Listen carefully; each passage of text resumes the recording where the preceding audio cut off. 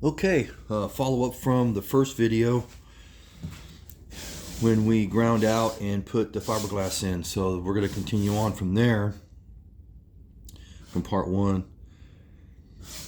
So this had about 48 hours to dry.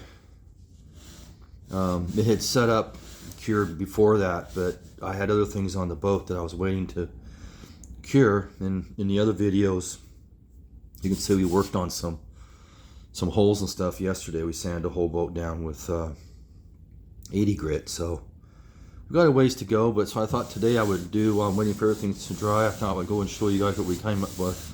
So I went ahead and I knocked down the majority of that epoxy and fiberglass. As you can see, most of this is epoxy, and it's pretty strong. That 1708 with the total bolt epoxy is pretty strong. Yeah, now you could make this a lot stronger, but we're just doing cosmetic repairs. But I just like to use the good stuff on the cosmetic, especially something up here. Anyway, so I went ahead and sanded this, and one of the things I use is I just use a really cheap little Bauer 5-inch sander, and I run it over the top. This is 60 grit, and I run it over the top. I'm going to show you a little bit here.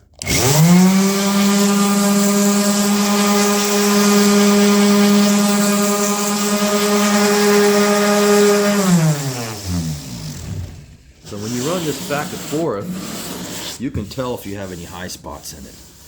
I just use the sander because as you sand, you can feel where it hangs up and where it lets loose. And like I can see right here, it's just a hair high. I like to go a little bit more on it, to the fact that we're going to put the putty, the fairing over it, so it looks really smooth. And I don't want to get past the fairing back down into this. So I mean, you can, but the trouble is you're still going to have these little imperfections. You want this to be smooth, so when you go to paint this, and I'll give you a little example. Here is some holes right here. These were holes, and as you can see, you close your eyes and you cannot feel these. This is what you want that patch to look like. So we're going to be working toward getting that patch to look like that if I keep my camera stable. So we sanded this down, and you can work on these edges if you want later. We have a lot of sanding to do on this, but just for purposes, I wanted to show you where we end up with. And you can see where I feathered this in. The sander, if you use this, 5, 6 inch, 7 inch, 8 inch, doesn't matter.